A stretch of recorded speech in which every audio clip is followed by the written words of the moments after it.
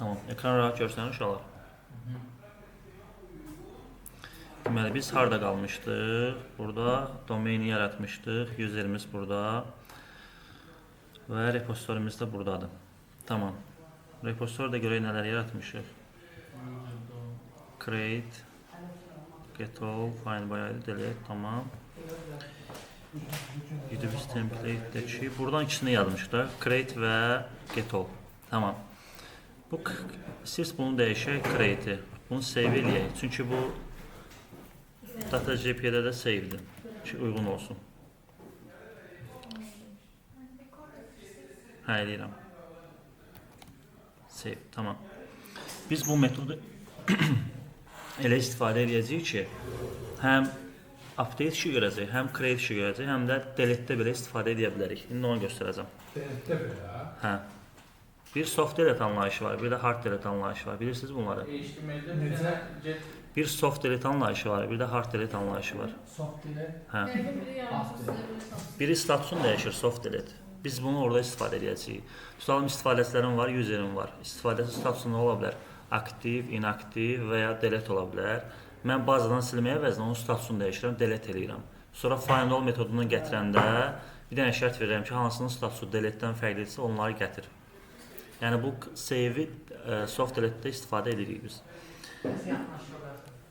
Tamam. Okeydir belə.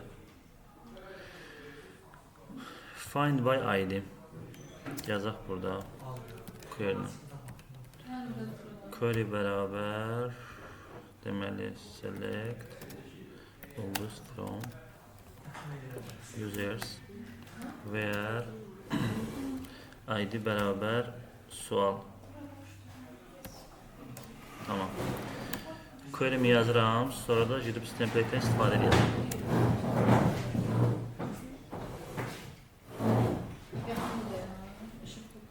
Query for object. Query'mi atıram bura. Tamam. Və biz yanınızdasa user row mapper deyə bir şey yaratmışdıq. Ondan istifadə edirdik. Yəni məlumatı alan zaman. New row mapper. Dərsə baxmısan? Yox. Bu row mapper nədir Lalə? Bir dənə sənə izah edeyim. Bizim Java SE-də result setimiz var deyib. Məlumatlar özünə saxlayırdı. Bunu bir dənə göstəreyim. Implements row mapper. Bu hazır gələn bir şeydir. Bu row mapper'a bizim burada müxtəlif növ entitlərimiz ola bilər. User, flight, nə bilim, booking. Hansı məlumatları çəkmək istəyirsənsə, row mapper'da onu deməlisən. Aha, select zaman. Yəni məlumat gətirən zaman, hər hansı bir məlumatı, hər hansı bir parametrinə görə gətirən zaman. Burada entitimin adını verdim. Bunun da daxilində map_row deyə bir metod var, avtomatik yəni. Biz onu override eləməliyik. Görürsən, bax nə götürür? Result set götürür. Həmin Java SE-də bildiyimiz. Bunu da bildir vasitəsilə eləmişik. Bu yadındadır, sən dərsdəydin. Biz set metodlarını dəyişdik. Geriyə obyekt qaytarırdı əllə. Manual olaraq eləmişdik. Onu gəldik burada. Bir dənə bu annotasiyanı verməklə builder annotasiyasını. O avtomatik bizim üçün təmin eləmiş oldu. Daha sonra user belə daha səliqəlidir. Nöqtə qoyursan obyekti çağırır, nöqtə qoyursan obyekti çağırır. Hansı məlumat da gətirmək istəmirsənsə, rahat bir şəkildə bir dənə komment alırsan. Yəni sən normalda bunu gətirmək istəməsən, gedib onun constructını yaratmalısan, düzdürmü? Amma burada o məhdudiyyət yoxdur sənə. Tamam. Row-la Dilbər sən soruşmuşdun. Mən bunu araşdırdım. Bu nədir? Bizim sütunlarımız var. Sətir və sətin. Düzdürmü? Yəni növbəti sətirdə. Necə ki Java SE-də yazırdığı while rs.next növbəti varsa, bu da o məqsədlə istifadə olunan bir şeydir. Yəni bu burada parametr olaraq olmalıdır. Bu belə. Buradan sual olanlar Fəxri biraz sakit dərsdə fokuslanırıq. Rona. Yəni bu builder obyekti yaradır, düzdür? User-nöqtə builder deyilir. Obyekti yaradır, boş olur. Ondan sonra biz nöqtə qoyub istifadə edib, Bax, Build neyinir bəs? düzəldir elə bir şey. Binanı başlayırsan inşa eləməyə, ən sonunda build elədim. Binanı yəni obyekt şey elədim də, belə desək. İndi bir dənə bir şey göstəreyim. Bax, məsələn, mən bunu silirəm buradan. Hanı bu? Bax, naxadı getdi buradan. Bunu ona təmin edən şey builder annotasiyasıdır. Bizdə bunu manual olaraq mən sizə yazmışdım JavaC-də, studentdə. Yalnızca setter metodlarını dəyişdirməyi manual olaraq əlinə elədim. Amma bunu Spring-də bizə bir dənə annotasiya verməklə bunu bizə təmin eləyir. Tamam. Pro Mapper. Bu belə. Bu da ki, ID sütununu hardan alıram? Bax, bu result setin daxilindən. ID sütunum mənim hal-hazırda longdur, ona görə long vermişəm. Bu sütunun adı da həmin bazadakı adla eyni olmalıdır. Buradakı adlar. Tamam. Bu da belə. İndi gəlirəm bura, query-mi yazdım və mən bu normalda bütün məlumatları gətirir də, düzdürmü? Bax, bu yuxarıda select tools from users demişəm, bütün məlumatları gətirir. Mən bura hansı ID-li məlumatı gətirmək istəyirəmsə, fikir verin, bu query-dir. Bu amma query for object-dir, metodları fərqlidir. Bundan sonra da bir dənə ID verməliyəm. Bu ID-ni verməklə bura verdiyim ID metodu çağıran zaman gəlib düşür bura. Bu bir nömrəli ID kimdirsə, gedib onu gətirəcək. Metodum bundan ibarətdir. Bunun üçün biz user query yaratmışdıq. Gəlin onları burada yaradaq. Public static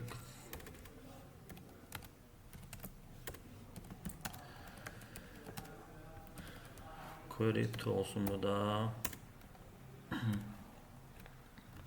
Select tools from users.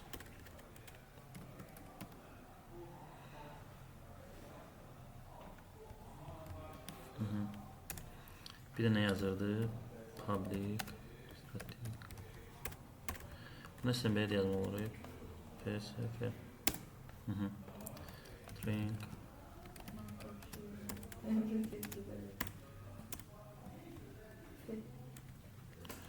Query 3 olsun o da. Tamam. Deməli belə. Bunu deyil də, mən bura nə göndərəcəm?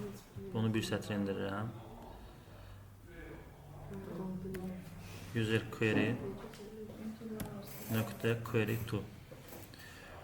Sonra bunu nə edirəm? User query nöqtə query 3. Bunu da götürdüm buradan.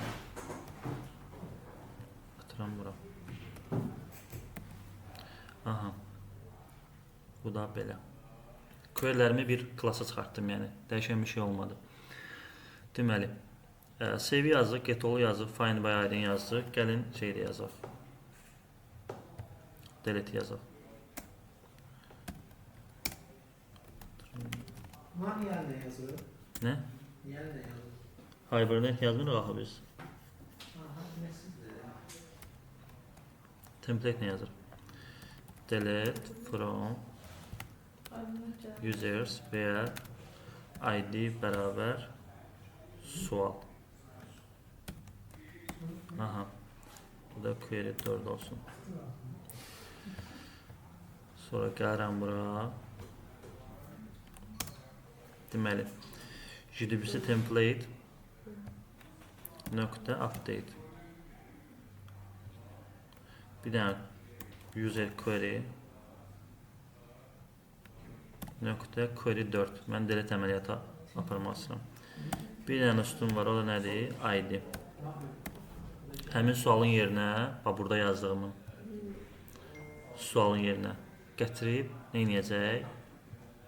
Burada verdiyim ID-ni qoyacaq ora. Sonra gedib əməliyyatı icra edəcək. Okay. Bu oldu mənim bazam.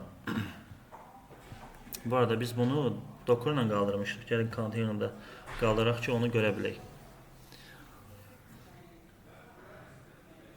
Mən bu Docker'dan elətsə, məsələn, mən tutaqlı bugün işləri falan söndürdüm. Sabah tezdən açınca bu Docker açmasın. Konteyneri qaldırmalısan, aktiv eləməlisən. Ya burada görürsən, hamı bütün konteynerlarım şeydir, yəni yatmış vəziyyətdədir. Fərzəyə ki, proqram sənin kompüterində PC admin yoxdur, sən baza yaratmağa çalışırsan, əlaqə qurmağa çalışırsan. Yəni konteyner məqsədi istədiyin vaxt qaldır, istədiyin vaxt söndür. Yəni O rahatlığı bizə təmin edir. Yaddaşda qalanlar nə demək? Yaddaşda qalsın, problemi yoxdur. Silə də bilərsən. Amma sən əgər bir iş görməlisənsə bu konteyri mütləq aktiv eləməlisən. Yəni yaddaşda qalanda aktiv eləsə. Bir dənə buradan bir dənə start elədik sonra. Biz kodu run edəndə bu aktiv olmuyor. Yox. Plugin-də eləməmisənsə yox. Ranlarda elə olmuşdu da. 54 neçə idi bu? Kont. Все. Konteynerim qalxdı. Məsələn, burada yaratdıqca və siz yaratdığınız Hə. burada məsələn icadında yaratdığın fərq yoxdur, eyni şeydir. Haradaysam yarada bilərəm. Aha. Hə, bir də sütunları siz orada yaratdınız. Aha. Onları məsələn birbaşa bu template-nə yaradanda onları harda yaradacaqdım cədvəlin özü. Template-lə yaradanda Bütün adları var ya. hə. Belə eləmək olar ki, bunun konstruktorunu yaradaram. Bunun konstruktorunu. Gəlin onu bir dənə nümunə göstərim. MS booking konsolar. Biz bunu yaratmışdıq. Hər halda query yazan zaman neyirsən? Yəni template onu gedib icra edir. Yazarsan create table if not exist. Cədvəl mövcud deyilsə, sütunların adını verdin. Konstruktor işə düşən kimi gedib table yaradacaqdır. Hə? Bir dənə gözlə. Database passenger olsun. Aha. Connection helper. Tamam, connection. Belə bir şey. Bunu burada yaratmaq istəsək,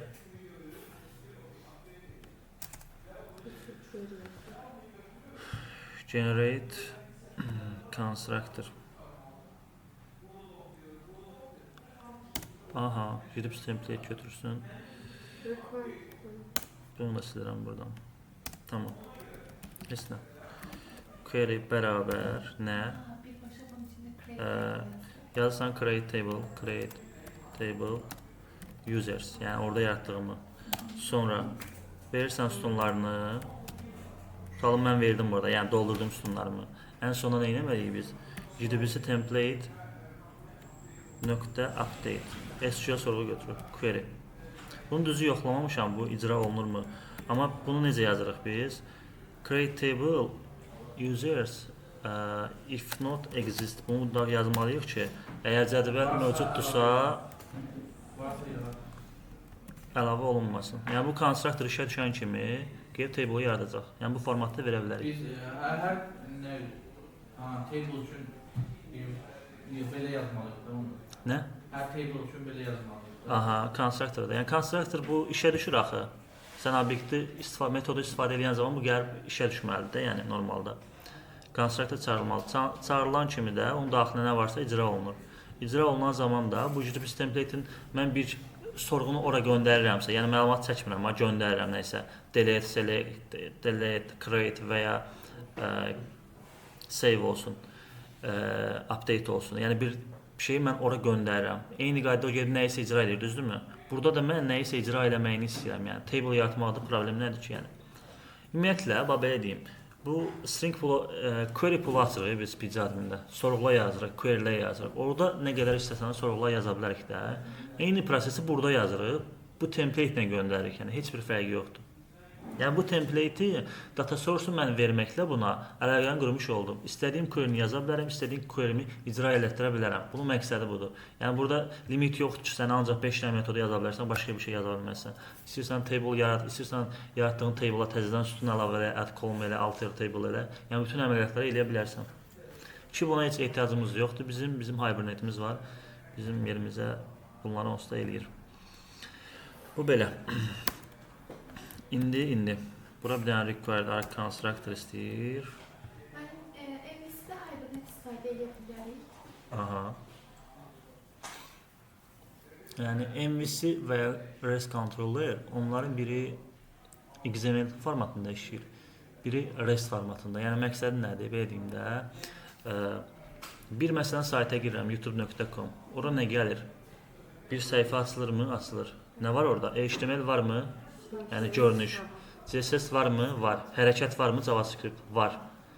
Yəni mən bunlara ehtiyacım var. Amma REST-də necədir? Sadəcə JSON formatında datanı götürür. Ona maraqlı deyil orada sütunun rəngi ağdır, qaradır. Yəni bunlar maraqlı deyil. Onu sadəcə datanı götürməyə lazımdır. Götürüb istifadə eləsin. Fərqləri budur. Yəni niyə MVC adlanır? Mən onu deyim. Bax, düşün ki, orada M dediyimiz şey model, view, controller. Yəni model dediyimiz şey bizim entitimiz, obyektimiz. View görünən hissə, yəni nə görürəmsə, tutalım nə kodu yazmışamsa. Controllerdə belə deyim də, tutalım sənin passwordun var, passwordu yoxlayan adam, yəni belə desək. O misal üçün sən bir kod yazdın, çıxdın şeyə də, belə desək, webə çıxdın. Bir request göndərirsən. Həmin o kodu gətirib sənin kodunla tutuşduran olur controller. Bunun da adı MVC pattern. Adı adlanır MVC pattern. Yəni biz yazırıq da peki. Aha, siz yazırıq. Bəli. Amma mən heç MVC yazmamışam yəni. Belə, yəni əvvəl yazmışam, çox əvvəl. Uzun müddət yazmıram. Bu belə. İndi bizim davamız hələ ki hazırdır uşaqlar. Gəlin, əsas məntiqi nədir? Kontrolleri yazmaqdır. Tamam. Buradan hələ ki işimiz bitdi. Domain. Gəlirəm bura yeni bir class açıram. Adı olsun nə? Servis paketi. İçərisində də user service. Tamam. Mən buna komponent də verə bilərəm uşaqlar. Spring-ə tanıtmaq üçün. Amma yenə deyirəm, bizim hər bir şeyimiz Spring-də komponentdir. Bu servis işi görmək istəyirəmsə, adlandırma olaraq mən bura servis komponenti verməliyəm. Tamam. İndi mən burada iş görmək üçün, yəni servisdə iş görmək üçün mənim nə ehtiyacım var? DAO-ya. DAO-da mən nəyin vasitəsilə eləyirdim? Private, final. Sizdə bura interfeysin adını mı yazdım, yoxsa bu Postgres'in mi adını yazdım? Bax, burada var idi. Postgres'in adını. Niyə? Postgres'in adını yazmaqla bax, Repo yazsan, repository, bax. Bu user repository sənin üst bir interfeysində onun daxilində metodlar var.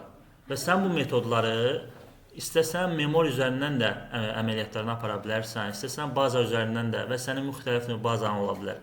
Sən bura user servisdə əgər birbaşa user Postgres DAO desən, bu sadəcə Postgres ilə işləyəcək. Sabah bir dənə bazanı dəyişmək istəyəndə sən bunu manual olaraq əllə dəyişməlisən. Amma bir dənə user repository verirəm deyə, bu arada bunun da elə adını şey yazmışam, əslində bu düzgün adlandırma deyil. Adlandırma düz deyil. Bunun adı refactor, bunun adlandırması düz deyil.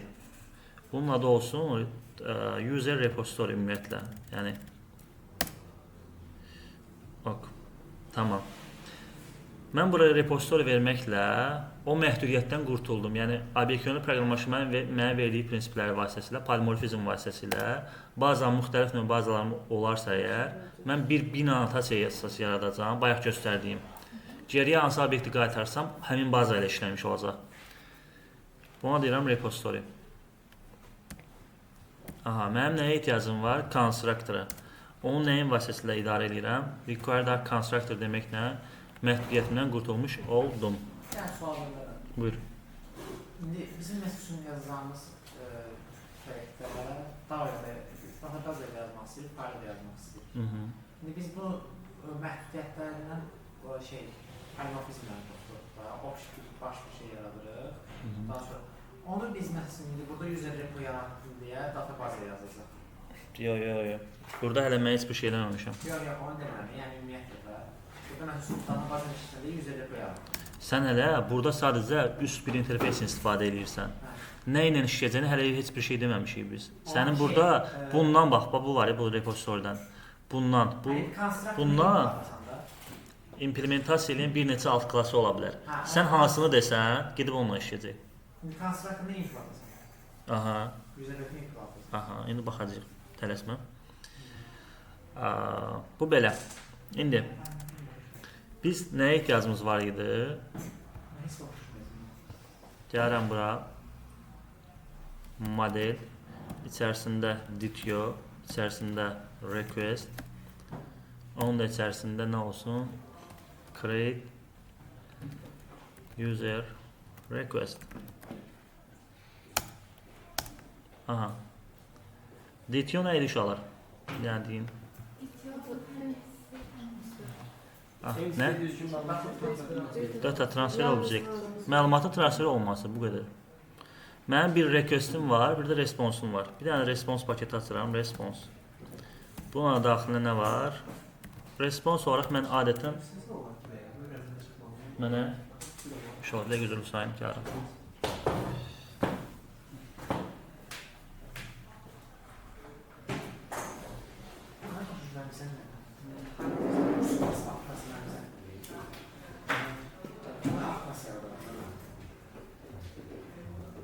hazır olmasa necə deyərlər məsələn, ən rahatı şeydə misal üçün şey deyirik biz, fayda yazmaq istəyirik. Bir database yaradır. Aynen ben pul elədim. Nələr Şey versən, məsələn, fayda yazmaq Məndə heç cür Səndən getsən neylə? Data məsələn, database yerinə Pul deyirlər hər şey ölçmür. Database yerinə Nəydi? faydası olsa da, yəni Bir nə də düzəltdim. Getin özündən. yönləndirəcək istiqamət olaraq database-dən yönləndirsən. Onu bilirəm. Var mısın?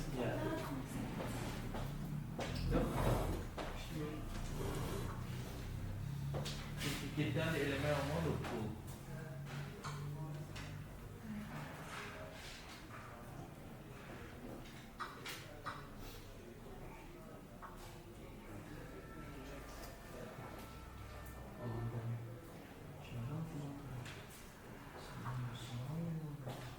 Tamam, telefonu qoyuruq kənara. Aha, deməli, DTO nə idi? Data transfer object. Mənim bir requestim var, bir də responsum var. Request olaraq klassımı yaratım, indi response olaraq da yaradaq. Mən adətən yəni yazdığım strukturu sizinlə paylaşıram hal-hazırda. Deməli, create user request adlandırma olaraq deyirəm. Bunu daha öncə də sizə göstərmişəm. Bunu databazaya sorğu atan zaman istifadə edəcəm. Servisdən tutalım məlumat idarə yazmaq istəyirəm. Create user request. Tamam. Bu DTO-nu da nə üçün istifadə edirəm? Kontrolları ötürmək üçün. Yəni hansı məlumatları ötürmək istəyirəm, o zaman onu istifadə edəcəm. Bu belə. Bu front-enddə ötürülən məlumatlar üçün də yüzdə Aha. Modelim burada hazır. İndi. Gəlirəm bura. Entity. Görək userin daxilində nə var? ID var, name var, email var, group var. Tamam.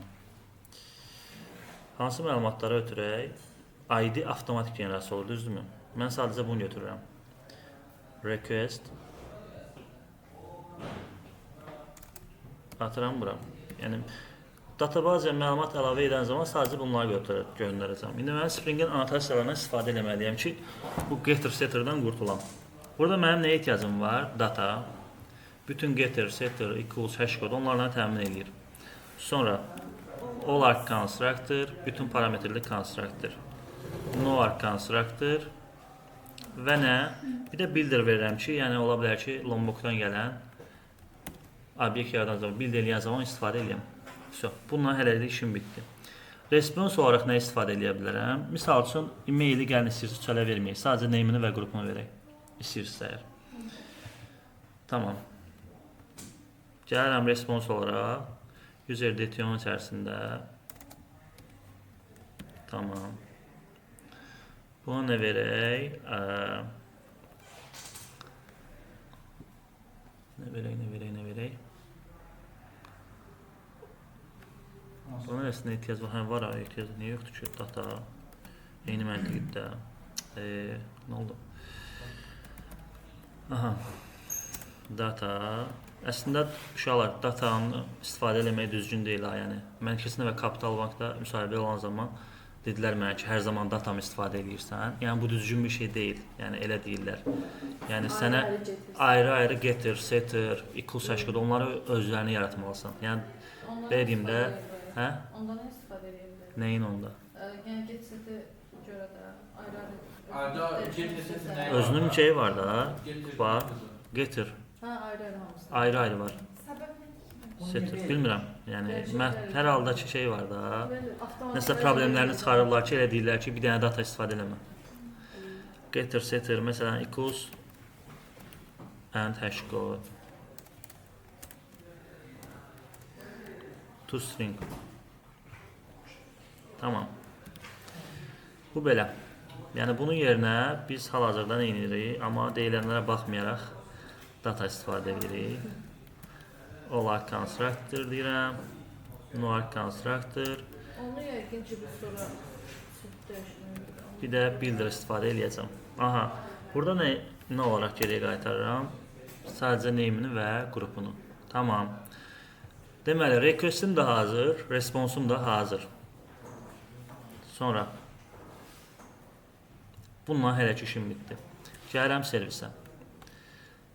Servis məlumatı hara qaytaracaq? Kontrol edirəm. Geriyə mən nə qaytaracaqdım? Public list formatına qaytarıram, nə düzdür? List, yox, final yox. Metod yazıram. Nə qaytaracaqdım geriyə?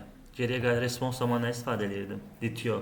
Bu DTO'ların mənim bir neçə DTO'm ola bilər, də düzdür? List formatında geri qaytarıram. Buna deyirəm find all. Aha.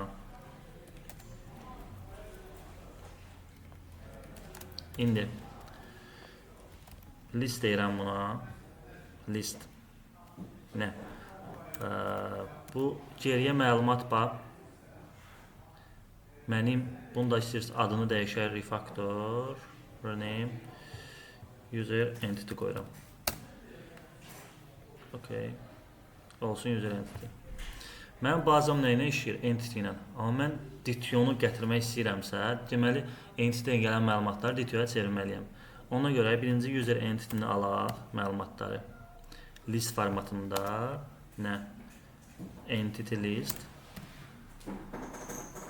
bərabər repository nöqtə get all. Və mənə nə qaytarır? List formatında. Mən nə etməliyəm? Bunu çevirməliyəm. Yəni mən geriyə return, misal üçün, entity list deyə bilmərəm. Bu nə qaytarır geriyə? User DTO. Mən buradan gələn məlumatları map eləməliyəm DTO-ya. Tamam. Bunu necə eləyə bilərik? Gəlin onu şey eləyək.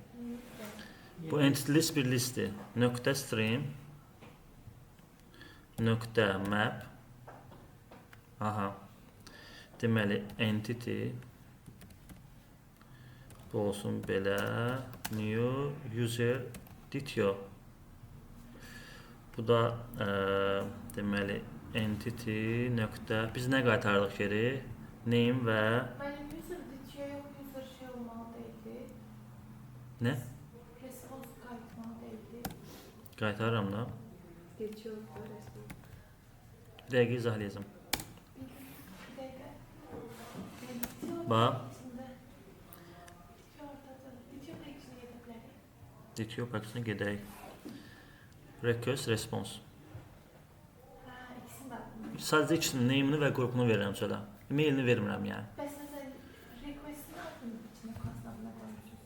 Create user request. Bunu sorğu əlavə eləmək eləyən zaman istifadə eləyəcəm. Save eləyən zaman, update Tamam. Tamam. Öyrəşəcəksiniz. Deməli, buradan məlumatı aldım entity formatında. Sonra da onu map elədim, DTO-ya çevirdim, ötürəcəm kontrolları. Hələ ki ötürməmişəm.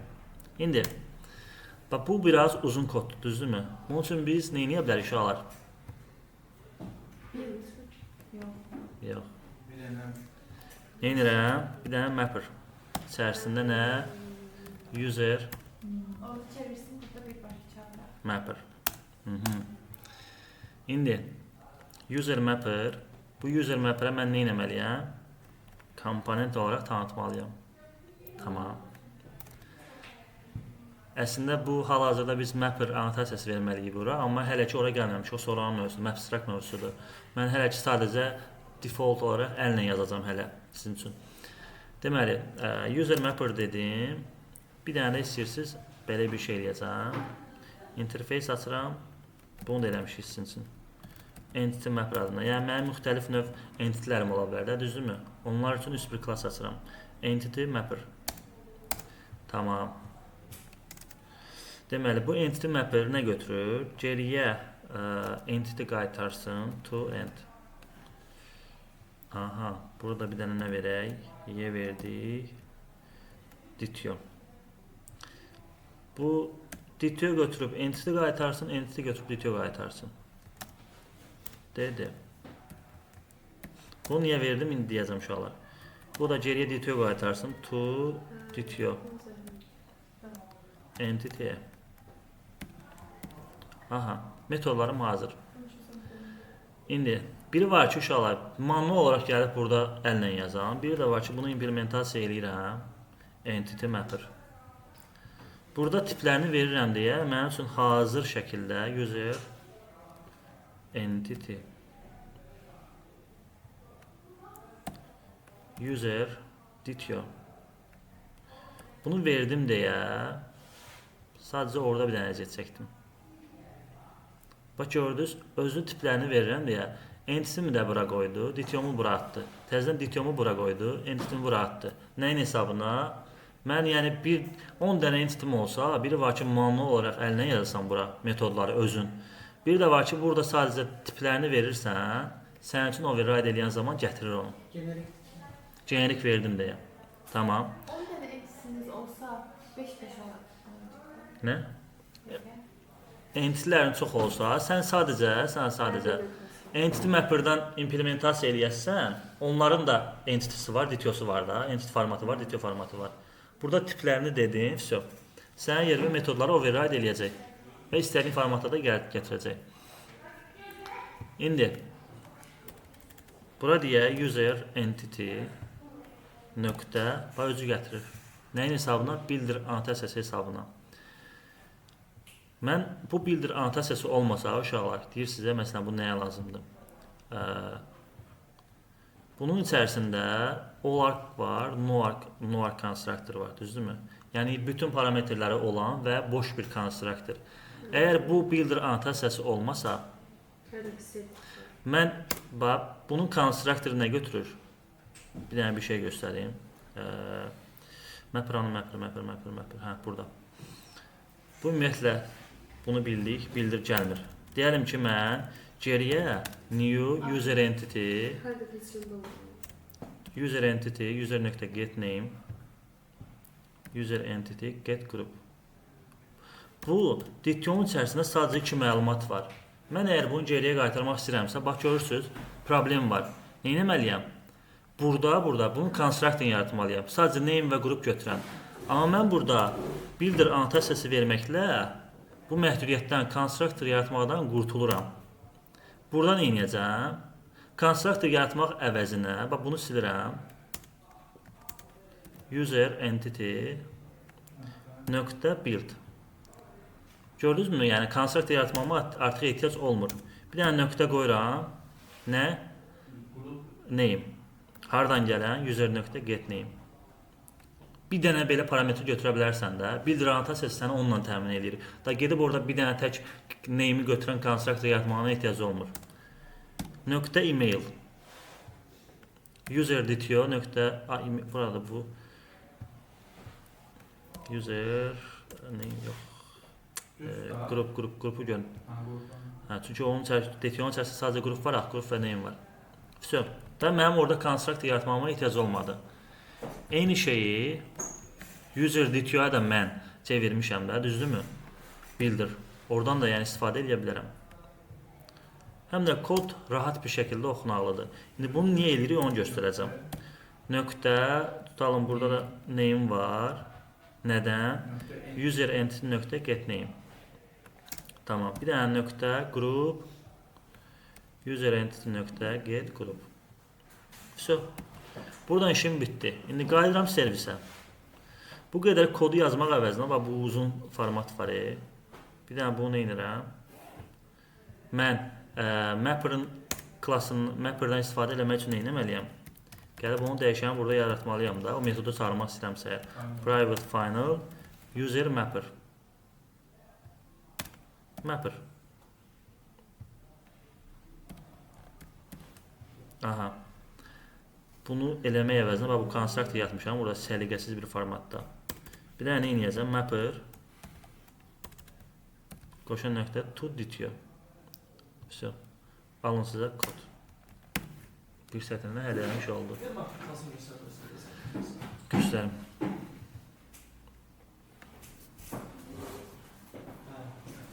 Metodu var sadəcə to detail. User mapper'dan servisdə istifadə edirəm. Map vasitəsilə. Daha da Tamam. istifadə edirəm. DAO-dan ehtiyac var ki, istifadə etməyə. Servis arada körpü rolunu oynayır deyə, Ha, oldu. DTO-ya çevirən zaman mən Mapper-dan istifadə edirəm. Sual olan var bura qədər? Qoşan nöqtələr burada nədir? Polisdir. Bir növ Stream API var ya, onun bizə verdiyi funksionallıqdır yəni. Tamam. Bunu da yazdıq. İndi gəlin əsas məsələ bu create məsələsini yazaq. Deməli, create edən zaman user geriyə yenə də DTO qaytarır. Create. Amma mən create eləmək üçün Save eləməyəcək, yox. aha. Niyə geriyə məlumat qaytarır? Sən belə deyim, void versən, postmanda yadındadır post request atırdığı, aşağıda bir dənə JSON çıxırdı. Bunu void versən, səncə orada JSON çıxar? Void qanadır. Niyə detiyor? Yox, create edirəm, save yazmalı deyil. Save metod, niyə create yazdım, onu deyirsən? Adlandırma olaraq, yəni servisdə adətən create yazırlar. Create də yox ha, hətta create adətən şeylə yazırlar, controllerdə. Create user deyirəm metodun adına. İndi bunun üçün mən nə etməliyəm? Mənim bunu istifadə etmək üçün nə etdim? Bir dənə create user request yaratdım. Requestim var, göndərəcəm şeyə. İndi mən birbaşa bax, mən metodlarım hardadır? Repository nöqtə save metodu var ya. Bu məndən nə götürür? User. Düzdürmü? Mən bura request göndərə bilərəm. Niyə göndərməyəm? Niyə göndərmiyorsunuz? User entity götürür var burada. Bu nədir? Mən bura request göndərə bilərəm? Yox. Demək ki, nə etməliyəm? User. Bir dənə entity yaratmalıyam. User entity. User bərabər new user entity. Tamam. Nə edəcəm? User nöqtə set ID-ni avtomatik onsuz generasiya olur. Name hardan? Request-dən gələn məlumatdan. Nöqtə get name. Yəni mən bunu belə eləməklə user nöqtə set name email request nöqtə get email. Tamam. User nöqtə set nə? Grup qaldı bir dənə. Request nöqtə get grup. So. Bir dənə entity yaratdım. Request-dən gələn məlumatları setter vasitəsilə göndərdim onun daxilinə. Aydındır burası? Request-ə baxaq. Bax, mənim bir dənə request-im var, gedən sorğu. Bir də responsum var, qayıdan sorğu. Request olaraq mən sadəcə ID-ni avtomatik generasiya olunur deyə burada vermədim. Tamam. Name, email, grup. DTO-da da sadəcə hansı sütunlarımı geriyə qaytarmaq istəyirəmsə onları verdim. Name və qrupu çıxardıram, tutalım. Sonra requestim gedən sorğudursa, mənim bazam entity ilə işləyir deyə mən birbaşa requesti göndərə bilmərəm bu save metodunun daxilinə. Amma burada bir entity yaratdım deyə bu entity-nin də setterları vasitəsilə bu requestdən gələn məlumatları göndərdim name-inə, email-inə, qrupuna. Artıq mən bura nə edə bilərəm? Burada yaratdığım useri göndərə bilərəm. Düzdürmü? User çünki requestdən gələn məlumatları götürdü axı. Tamam. Aha. Bu nə oldu uşaqlar? Geriyə nə qaytarır? User entity. Necə user entity? Artıq bazaya əlavə olunmuş entity. Mən bazaya əlavə olunmuş entity nə etməliyəm? DTO-ya çevirib geriyə qaytarmalıyam. Çünki burada nədir? DTO. Yəni mən controllerdə birbaşa entity ilə işləyə bilmərəm. Burada bir dənə return nə? Mapper. Bu yuxarıdakı mapper var. Nöqtə to DTO. İndi mən bura bu userimi verim, yoxsa saved olmuş userimi verim? Əlbəttə ki, saved olmuş userini. Aha, bu da belə. Bu da oldu mənim create metodum.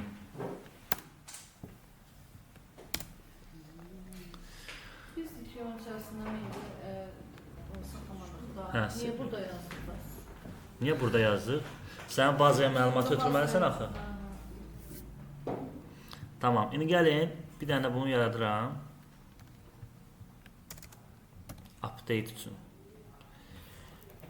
Update zamanı necə olacaq? Deməli, update user. Bu nə olacaq? Mən birinci növbədə long hansı nömrəli ID-ni update eləmək istəyirəm. Burada nə verəcəm? Update user request. Update üçün bir dənə klass yaratmış oluram. Tamam. İndi. Bunları bir dənə silirəm. Buna bir dənə comment alıram. Bir dənə klass açıram.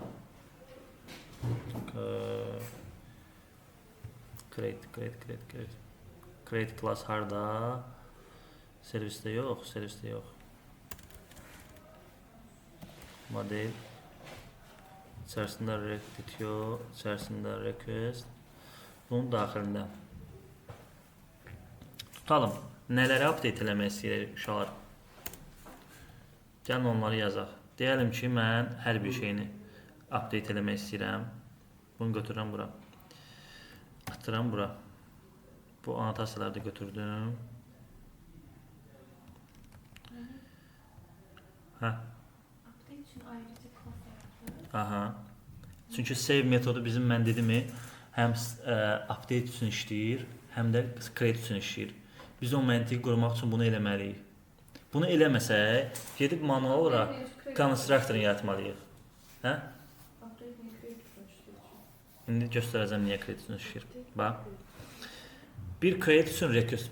Bir ümumiyyətlə belə deyim də, update işi görən zaman mən bazaya nə etmiş olaram? Bir sorğu atmış olaram. Request atmış olaram. İndi sən bu request'i nə formatda atırsan? Update eləmək üçün mü atırsan, yoxsa save eləmək üçün mü atırsan? Save eləyən zaman mən nə etdim?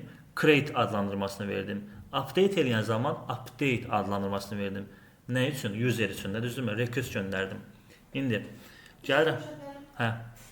İndi biz hər metod üçün ayrı class yaradırıq. Aha. Bir dənə bunlar üçün. Update və create üçün. Bildimi? Sən bura tutalım, bunu istifadə etsən düzgün olmayacaq axı. Biz update eləmək istəyirik. Çünki bazen işləyən bir dənə create update. Bazıya sorğu atan zaman sən bir dənə create və update eləyəsən. Belə desək. Bu vaxtda şimdi Samsung servisin içində yazışdı, o nətər olur belə? İndi göstərəcəm. Deməli, bax, Dilbər. Bazıya sorğu atırıq, düzdür, request atırıq. Sən bazıya sorğu atan zaman nə edə bilərsən? Yəni normalda ya update eləyə bilərsən, ya da save eləyə bilərsən. Tamam. Update eləyən zaman sən nə etmiş olursan və ya create request atmış olursan da. İndi mən burada hər ikisi üçün create user request istifadə eləsəm, düzgün yanaşma olmayacaq. Mən dedim ki, save metodu həm update üçün, həm create üçün istifadə olunur. Ona görə ayrı-ayrı klasslar açdırdım ki, Spring-in, yəni Hibernate-in data JPA-nın məntiqinə uyğun ola biləm. İndi burada nə etmiş olacağam? Mən birinci növbədə update request. Necə ki, bax, create request özündə bir məlumat götürürdü. Burada da update request özündə bir məlumat götürür. Birinci növbədə mən update eləmək istəyirəmsə, mən tapmalıyam ki, hansı, yəni user update eləmək istəyirəm də. Bir dənə eləyəcəm. Bax. Bu repository var. Bu mənim bazamdan metodları gətirir. Repository nöqtə find by ID. Buna verdim ID. Aha. Bu deyəsən şeydir. Bir dənə baxım. Repository. Bunu gəlin uşaqlar optional eləyək. Optional. Çünki optional eləmək daha mı yanaşmalıdır? Siz sonradan bu dərsin davamında var. Orasını eləyək ki. Aha. Gəlirəm bura. Bu olsun. Optional. Optional.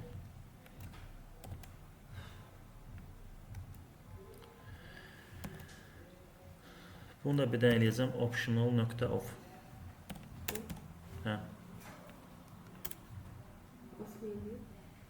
Optional daxilini atdım yəni. Bayaq çöldə idi, optionalsız idi. İndi optional daxilini atdım. İndi bax, bu servisdə problem olacaq. Çünki bu metod mənə find by ID bayaq sadəcə ID-ni entity-ni qaytardı, boş entity-ni. İndi optional qaytarır.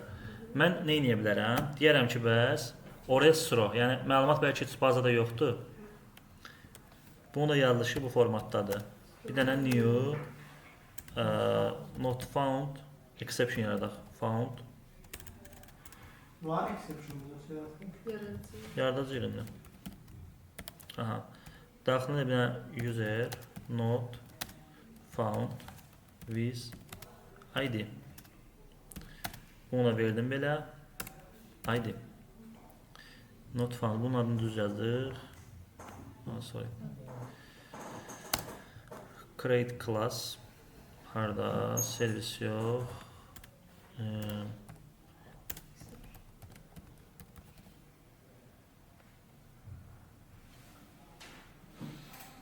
Aha.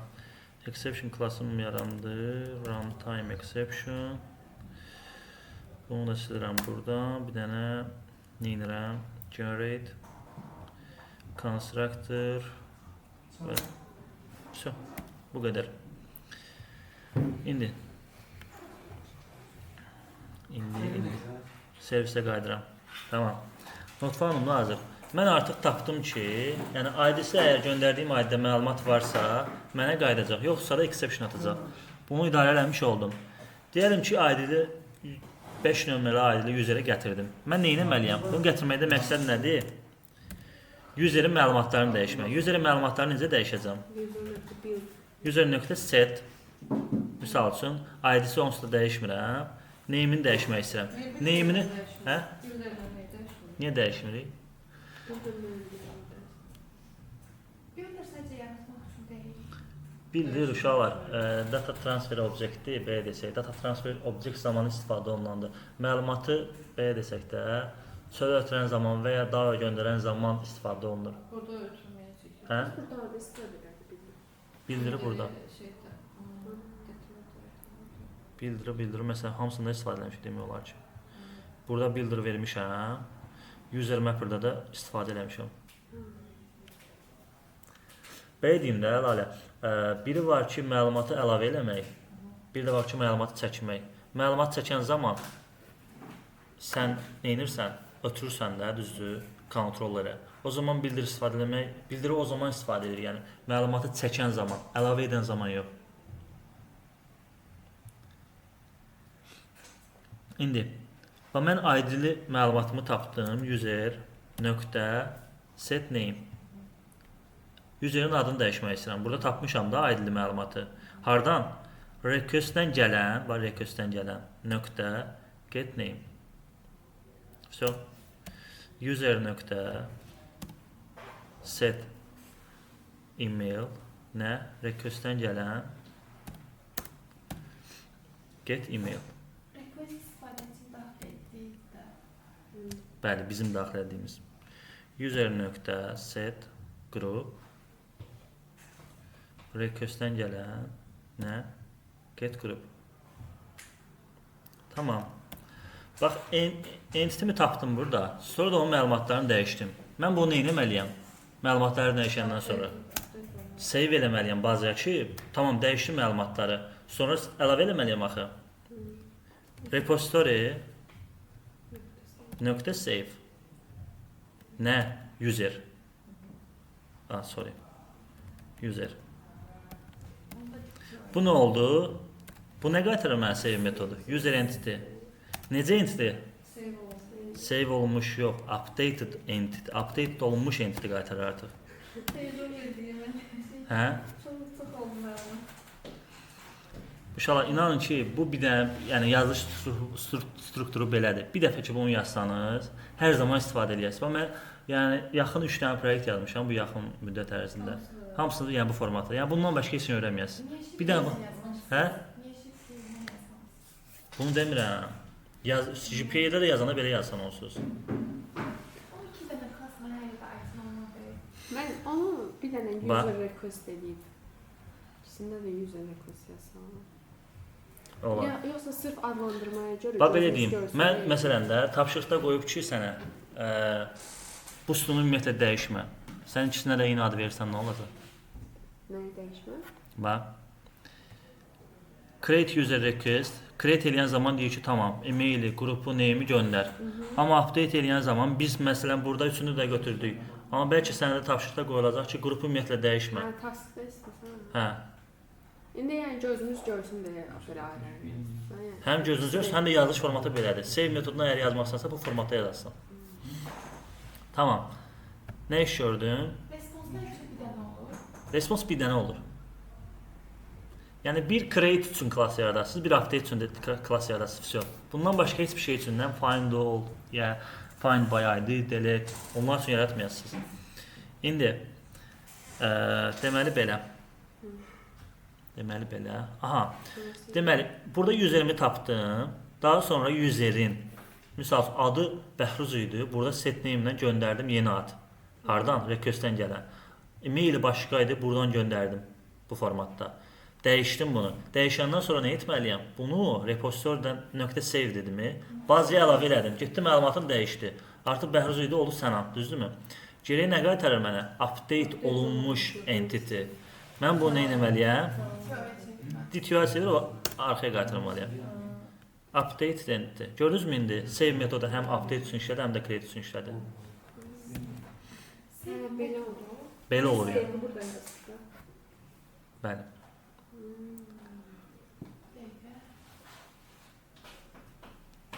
Rahat görə bilirsən.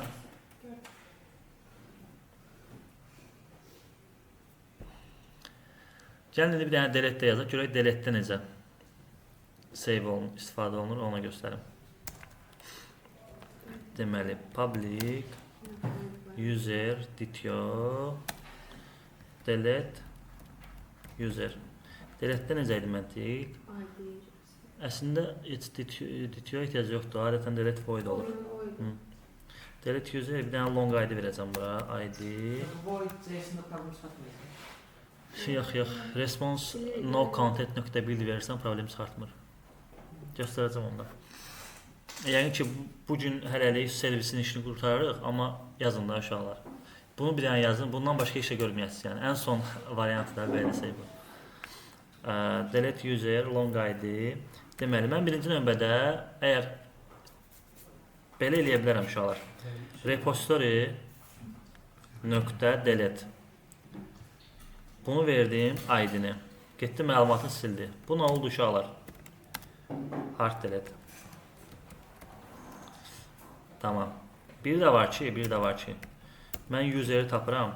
User entity deleted user. Silmək istədiyim useri tapıram. User bərabər find by ID metodunu yazdıq burada. Yazmamışıq. Onu yazardıq gərək, ev yoxdur. Burada mən repository'a hər dəfə müraciət etməliyəm. Repository.find by ID. Find by ID. Tamam. İndi bu ID-ni verdim bura. Orestro by yenə eyni məntiq. Bunu götürürəm buradan. Təkrarlanır bu proses. Bunun da əslində qarşısını almaq olar. Aha. ID-yə görə silmək soft delete onda. Soft delete deyə göstərəcəm. Bu hard delete isə nədir? Məlumatı ümumiyyətlə sildim getdi. Всё. Hard delete-də isə tutalım. Hə? Bu hard delete-dir. Soft delete-də isə necədir vəziyyət? Silmək istəyən istifadəsini tapırsan, onun statusunu dəyişirsən. Bizim hal-hazırda statusumuz yoxdur. Amma bazada qalır. Bazada qalır. Bazada status delete olaraq qalır. İndi göstərəcəm uşaqlar. Bir dənə səbirli olun. Deməli, status adında model içərisində deməli enums adında enums Daha çox hansı istifadə olunur? Yəni soft delete. Soft. Bilməliyin hansılar silinir? Status dedi. Bu şey var anlatın yarandı. Tamam. Bunu edirəm enum. İstifadəsinin statuslarını yazıram. Aktiv, inaktiv, delete. Aha. Bu da belə. Daha sonra indi mən bunu istifadə etmək istəyirəmsə entity-yə nə verməliyəm? Gəlib busunu verməliyəm də düzdür. Private. Bunu burada verirsə, bu arada şeydə də bazada əlavə etmək lazımdır. Status. Status birbaşa da statusdan istifadə edirəm. Orada Aha. yaradılan birbaşa status. İndi. Gəlirəm user servisə. Delete eləmək istədiyim useri ID-sinə görə tapdım. Tamam. Mən bunu tapmaqda məqsəd nə idi? Statusunu dəyişməkdir. Deleted user .set status. Nə? Status .delete. İndi mən bunun statusunu dəyişdim. Ən sonra nə etməliyəm? Repository .save eləməliyəm ki, bu statusu dəyişə bilsin də. Gördünüz mü indi? Həm delete üstündə istifadə eləmiş oldum. Hə?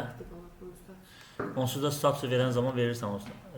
Create eləyirsən, onunla verirsən yəni. Silmək istədiyin zaman da hə? Konstruktör yaradanda birbaşa aktiv. Necə? Default eləmək olar ki, konstruktörü yaradanda birbaşa aktiv kimi. Olar. Niyə olmur? Bu da oldu. Soft delete. Görkəmləri buradan. Cəmaatı görkəsin. Evde iki. Tamam. Ev yaşayış. Bu da belə. İzberiz evdeymiş. Güzel yapsam kalender burada var. Entity göstərdim, repository göstərdim. Uşaqlar, sualı olan var burada? Hayır. Yok. Tamam. Siz Hə. Nəyə? Dition, tamam. Dition içərisində bir responsum var, bir requestum var. Respons olaraq, misal üçün, mən name-lə qrupunu dəyişmək istəyirəm. Lap istəyirəmsə şeydir, private. Statusunu da görmək istəyirəm, tutalım. Status. Create'nin update'e neye göre farklı yarattı? Onu başa düşmek. Deyəcəm indi. Bir dənə bunu düzəldək, model. Bunu gəlib burada deməliyim, mapper. Nöqtə get status. Status. User entity.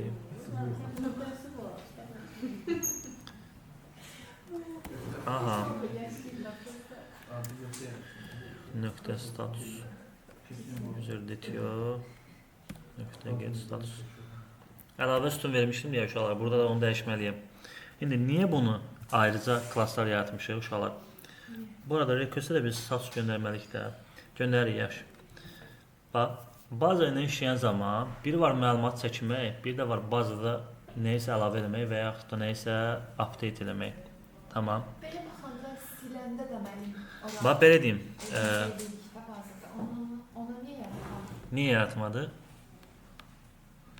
Siləndə. Siləndə? Siləndə yaratmadıq deyəndə ki, nə yarada bilərsən siləndə? Olanı silirsən axı. Olan bir şeyi silirsən sən. Sən olan bir şey silmiş olursan. Bəs bir dəqiqə. Bax uşaqlar, bayaq o sual Ülver verdi. Bax, biri var, create eləyən zaman, mən deyirəm ki, tapşırığı vermişəm ki, uşaqlar, create eləyən zaman bütün məlumatları göndərin. Amma update eləyən zaman neyini? Sadəcə deyə bilərəm ki, qrupu update eləmə. Qruplar standart JV1210 qalmalıdır. Name-ini və e-mailini update elə. Adlandırma olaraq. Yəni, sən create eləyən zaman da bir sorğu göndərsən, request göndərsən. Update eləyən zaman da request göndərsən. İndi belə bir şey soruşam. Hə. Məsələn, tutaq ki, biz bir dəfə... Bir dənə klass yaradıb onun üzərinə eləmək deyirsənsə... Hə. Məsələn, update eləyəndə istəyirəm bir dəfə mailini eləyim.